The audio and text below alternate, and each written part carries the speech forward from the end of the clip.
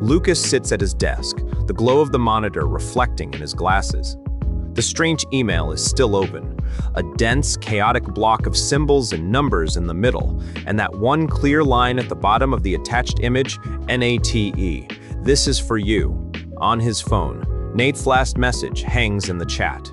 Dude, you're freaking me out. Screenshot? Lucas has already sent him a picture of the email.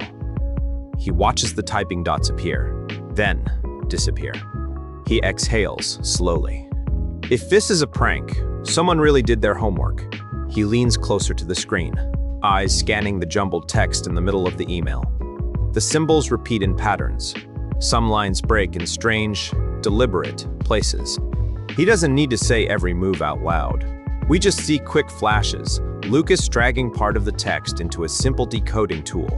A new window opening with more legible characters, his fingers flying across the keyboard, deleting and adjusting. A scrap of paper beside him filling with small letters and arrows. At last, a single sentence appears in plain English on the monitor. Find what I wrote and never sent. Lucas's smile fades. Find what you wrote and never sent. He glances back at the bottom of the image. This is for you. So whoever made this wants Nate to dig up something he tried to bury. His phone lights up again. Okay, that's creepy. But you're the puzzle guy.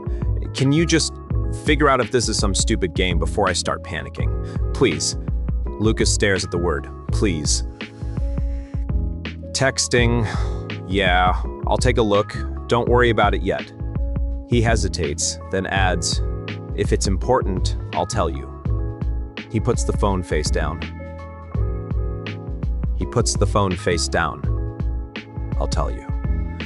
Once I know what I'm actually telling you. Cut. A small coffee shop. Morning rush. The low murmur of conversations, steam hissing from the espresso machine. Lucas and Nate sit by the window. Nate stirs his coffee without drinking it, casting nervous glances at Lucas's laptop bag. You're doing that thing where you overthink quietly. I'm literally just sitting. Yeah, that. It's worse than when you actually speak. Lucas laughs once, then sobers. Look, the email, it's not just random spam. Someone put real effort into it. Nate's jaw tightens. So what, some bored nerd found my Instagram and decided to be weird?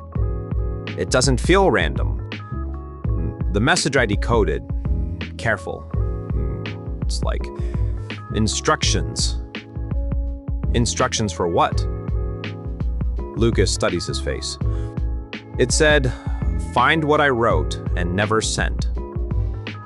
Nate's stirring spoon stills. Tiny pause. Trying to joke? Well, that could be anything. I type and delete stuff all the time. I'm a man of many almost thoughts. Lucas doesn't smile. Nate, is there anything you started to send recently? A message, an email, a draft to someone that, I don't know, mattered? Nate looks out the window, jaw working. You sound like my therapist, if I had one. He forces a grin. Maybe it's about work, or some ancient tweet, or I once almost DM'd that streamer I'm in love with. Maybe the internet gods are punishing me. Lucas watches him closely. He's dodging. Nate only jokes this hard when something hits too close. Emma barges into the shop, waving. You two started without me?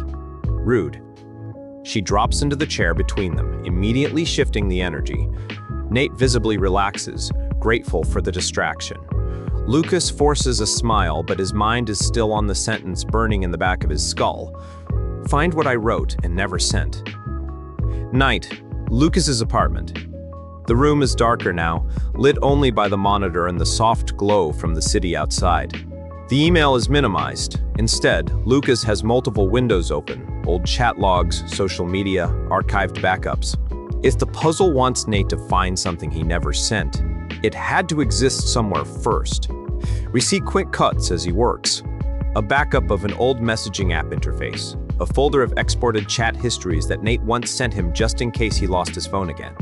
Search bars filling with Nate's username. Lucas scrolls through old conversations. He finds half-finished sentences and drafts, lines that stop mid-word, messages that were typed but never delivered. Some are silly, complaints about work, rants about traffic. Others are heavier. Sometimes I feel like if I disappeared for a week, nobody would. I wanted to tell you this earlier, but I didn't want things to get weird between us. Lucas pauses over that one. Between us. He clicks into the unsent line. It's attached to an old conversation with him. Their chat window fills the screen. Years of jokes, memes, late-night calls scheduled and canceled, emotional support typed in clumsy sentences. At the bottom, that unfinished draft sits like a ghost. I wanted to tell you this earlier, but I didn't want things to get weird between us. He scrolls further and sees more broken attempts. There's something about you I can't... Forget it, it's stupid. Lucas leans back, hard picking up speed. Is this what they want him to find? Or is this what they want me to see first? His phone buzzes. Nate, any updates, detective? Or did the cult recruit you too? Should I be jealous? Lucas stares at the screen, still digging. It looks personal. 3 dots appear, then vanish. Of course it's personal. He closes his eyes briefly, then goes back to the email, searching for anything he missed. And he finds it. A tiny line of text hidden below the main block, almost blended into the background. It's not a code this time. It's a sentence written in plain language. The truth is always hiding where you deleted it last. Swallows. Deleted. He suddenly remembers something. Lucas and Nate in Nate's small living room. A game controller lies on the coffee table, forgotten. The television menu glows idly in the background. Nate sits on the floor with his back against the couch, legs stretched out. Lucas sits on the couch itself, Nate's laptop open on his knees. You know this makes you, like, my official hacker now, right? If the FBI shows up, I'm blaming you. Relax, I'm not breaking into anything. I'm just recovering what you already saved. That sounds worse. Lucas types quickly, following a memory. Years ago, Nate once complained that a certain account wouldn't let him fully erase his draft. The truth is hiding where you deleted it last. He finds it. An old email account Nate used in college. What was the password for your ancient I'm so deep email? Why would I tell you that? Beat fine. It's the name of my first guitar. Don't laugh. Lucas doesn't. He types. It works. The inbox loads, dusty, neglected. But it's not the inbox he's after. He clicks on drafts. At first it seems empty. Then a small line at the top appears, showing unsent items recovered from archive. One draft, last edited over a year ago. Lucas clicks it. A single email opens, no recipient field. Just a subject line and body text. I wasn't supposed to feel this way. Lucas's heart thuds. The message is long, messy, raw. We hear Nate's voice reading it in voiceover as Lucas's eyes move down the screen. Writing this here because I know I'm never going to send it. I keep telling myself I shouldn't ruin a good thing. We've been friends too long to gamble like this. He trusts me. He tells me everything. He lets me in when nobody else does. And sometimes I catch myself looking at him like I don't look at anyone else. I was supposed to fall for someone simpler. Someone who doesn't make jokes when he's hurting. Someone who doesn't stay up until 3 a.m. just to make sure I'm okay. I don't know when it changed. I just know that now when my phone lights up and it's not his name, I feel disappointed. This wasn't meant for him. None of this was supposed to be about him. But it is. And I hate that I can't tell him. Silence. Lucas doesn't move. His fingers hover over the trackpad. Nate, still on the floor, stares straight ahead. You weren't supposed to find that. Lucas looks down at him. The puzzle wanted you to. Nate laughs once, humorless. Yeah, well, the puzzle doesn't have to live with the consequences. Later that night, the two of them sit on opposite sides of the room now. Laptop is closed. Why didn't you delete it? I tried. That account is ancient. It kept it in some archive folder. I figured if I buried it deep enough, it'd stay dead. He rubs his face. It wasn't supposed to be your problem. You weren't supposed to ever read that. Lucas studies him. Why write it at all? Nate exhales slowly. Because pretending I felt nothing was exhausting. But saying it out loud felt worse. So I did the coward thing and wrote to no one. A beat. You weren't meant to carry this. But swallows. But I do, now. They hold each other's gaze, the air thick with everything unspoken. A few days later, Lucas is alone again, back in his dim bedroom. The email from the mysterious sender is still pinned to the top of his screen. He's gone over it a dozen times. Every line, every strange break. The main message has done its job. They found the unsent confession, but something still bothers him. He scrolls to the very bottom of the email, the part his tired eyes kept skipping past. Below the ominous line, if you're reading this, someone made a mistake, there's a tiny note, barely formatted, almost like a whisper. Sometimes we need our secrets dragged into the light before they rot us from the inside. You sent this. She freezes just a fraction of a second too long. You're going to have to be more specific. I sent a lot of chaos into the world. Lucas steps inside. The wording, the way the lines break, the way you hide your real point in the middle of a joke. And the sender address? That's a throwback to that stupid puzzle blog you ran in college. Emma sighs, shoulders dropping. I didn't expect you to be this fast. She closes the door. Emma and Lucas sit at her kitchen table, mugs between them untouched. You could have just told him. Told him what? Hey, your best friend has been in love with you for a while, and you're both dancing around it like it's a live grenade? Yeah, that would have gone great. Lucas flinches. You two were stuck, Lucas. He was suffocating in secrets. You were pretending you didn't notice. Somebody had to cut the wire. He looks down. So you decided to weaponize my hobby. I decided to use the only language you two take seriously. Puzzles and near disasters. She leans back. I didn't know which of you would read it first, but I knew that once it was out there, neither of you could keep pretending. Let's that sit. You had no right. You're right. A beat.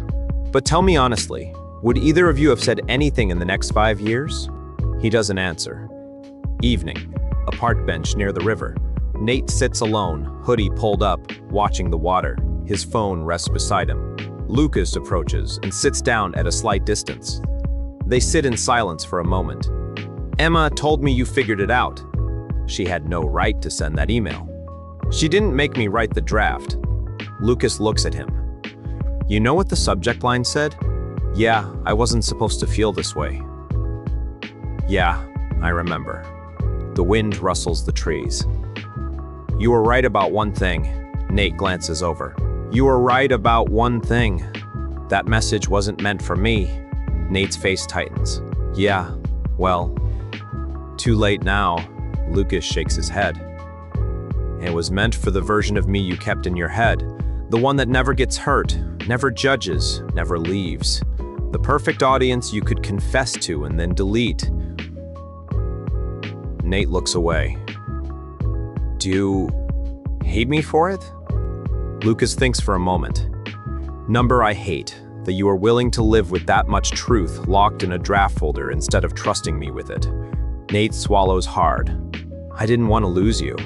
You almost lost me anyway, not because of what you feel, because you decided for me that I didn't deserve to know. Nate's eyes shine.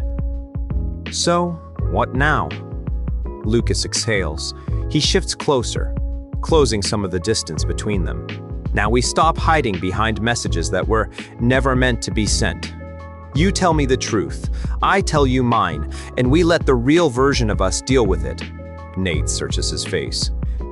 The truth is, it's you. It's been you for a long time.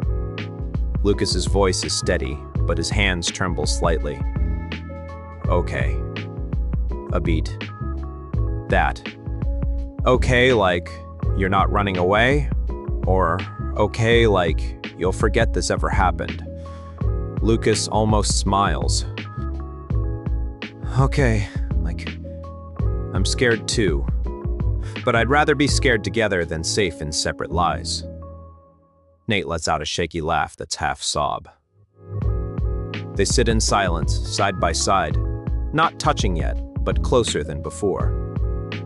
The phone beside Nate buzzes, a new email notification. He picks it up, a short, anonymous message. Now this one is meant for you. No puzzle, no code, just a simple sentence. Nate shows it to Lucas. They both laugh, soft, disbelieving. Fade. Final lesson, narration. A calm voiceover from Lucas as we see small glimpses of their lives shifting. Shared coffees, late-night calls where nothing is hidden anymore, awkward but honest conversations. We like to think secrets are safest when we bury them. In unsent drafts, in deleted messages, in puzzles we hope no one will solve. But the things we're most afraid to say don't disappear. They just sit there, rotting in the dark, turning into fears and what-ifs that eat us from the inside. Sometimes, the worst thing that can happen is that someone reads the message that wasn't meant for them. And sometimes, it's the only way to finally stop lying. To them, and to yourself. Because real closeness doesn't live in perfectly controlled words we never send. It lives in the messy ones we say out loud, knowing the other person can leave, and hoping they choose to stay.